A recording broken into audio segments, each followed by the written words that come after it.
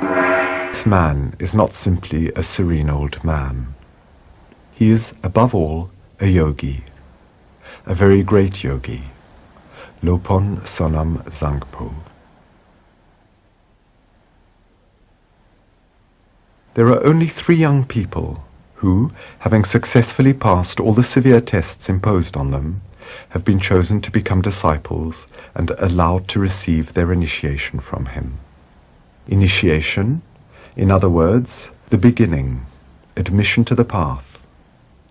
And also ordination, the essential transmission of a spiritual influence, of a force the disciple will bring into play by means of all the exercises and techniques of the yogic discipline, bringing to maturity the seed that has been sown inside him.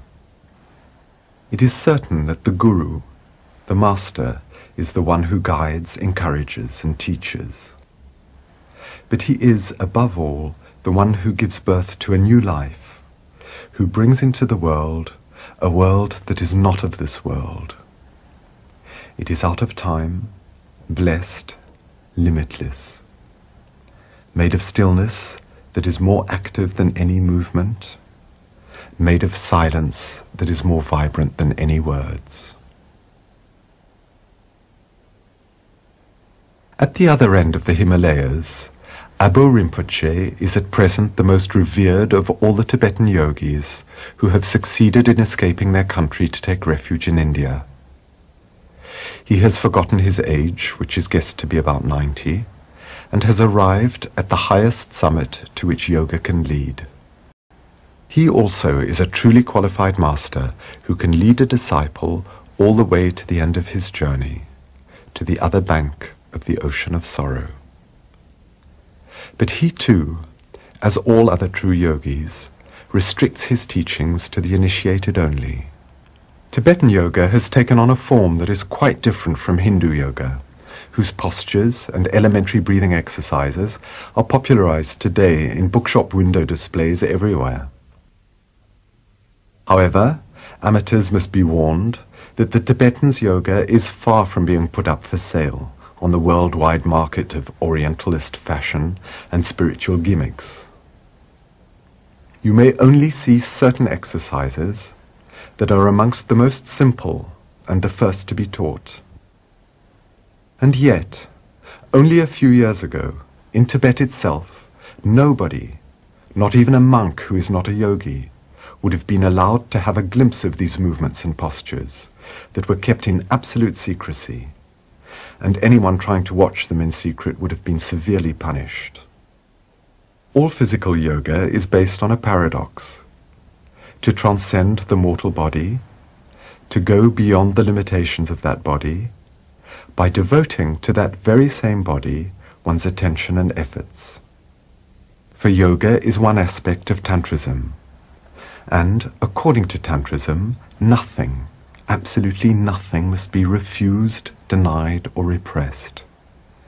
Everything must be accepted, integrated, and transformed, like nature changes coal into diamonds, like the alchemists speak of changing lead into gold.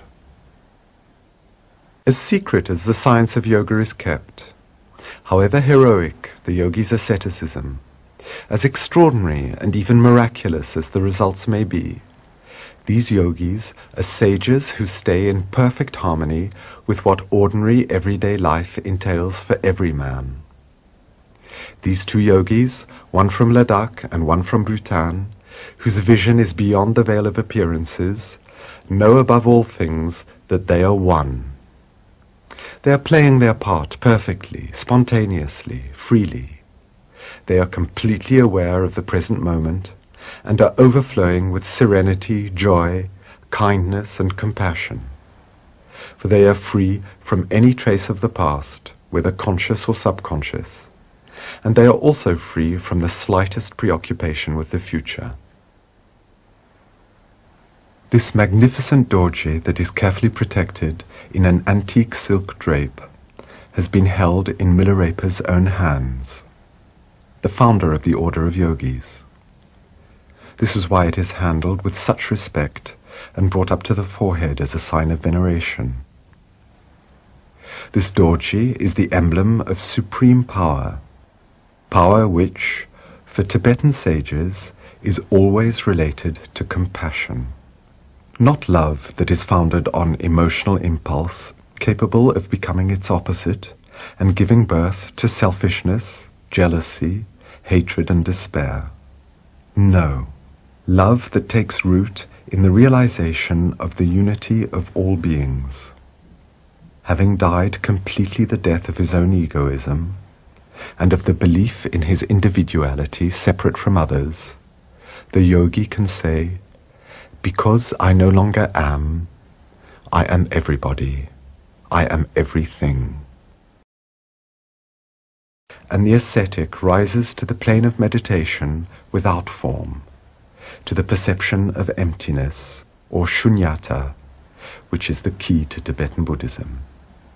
In India, amongst the refugees, as in Tibet itself around the big monasteries, small cells have been built, where a monk can go on retreat and live as a hermit for days, weeks, months, and sometimes even years.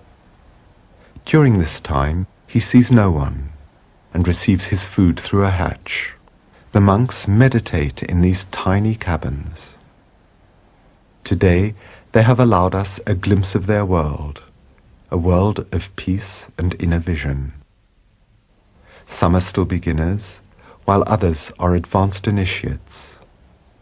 But all of them aspire to the same realization, that of becoming Buddhas themselves, not only for their own emancipation, but for the welfare of all beings.